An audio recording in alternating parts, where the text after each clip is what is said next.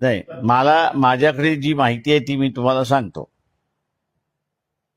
मातंग समाज हा ह्या प्रश्नावरती एकटा पडलाय. वाल्मिकी असेल, होलार आहे, चर्मकार आहे, यांच्या समाजाच्या बैठका होऊन आमचा वर्गीकरणाला विरोध आहे ही त्यांची भूमिका आहे. मातंग समाजाची भूमिका ही आहे की वर्गीकरण झालं पाहिजे. त्याच्यामध्ये हा सगळा प्रश्न अडकलेला आहे. जेव्हा आम्ही म्हणतोय की ह्या प्रश्नाचा तोडगाच काढायचा असेल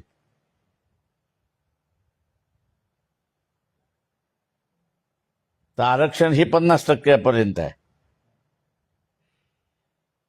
उरलेलं 50% जनरल आहे. त्या जनरलमध्ये सुद्धा हा वर्गीकरणाच्या माध्यमातून न्याय मिळतो. म्हणजे जरांगे दोन्ही बाजूने तबले वाजवायला मोकळा झाला. ओबीसीच्या बाजूने सुद्धा आणि जनरल ह्याच्यामध्ये सुद्धा. बोट मगाशी म्हटलं त्याला समजलं तो इथला हिरो.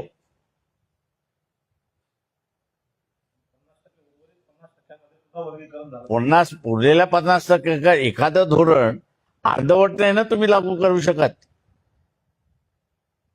आता जसं मी म्हणालो की एससी मध्येच ट्रायबल तर विरोधातच आहे पूर्णपणे वर्गीकरणाच्या.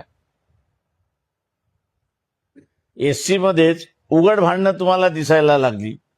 मातंगांचे मोर्चे निघतात, ते म्हणतात वर्गीकरण झालं पाहिजे. होलारांचे निघाले ते म्हणतात विरोध.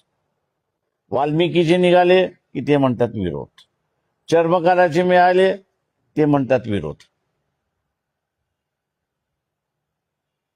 त्याच्यामुळे एकसारखं धोरण जर आलं, जसं आरक्षणाच्या 50%ला धोरण आलं, तसं खुल्या वर्गातल्या 50%ला हेच धोरण लागलं वर्गीकरणाचं, तर भांडणच मिटून जातं.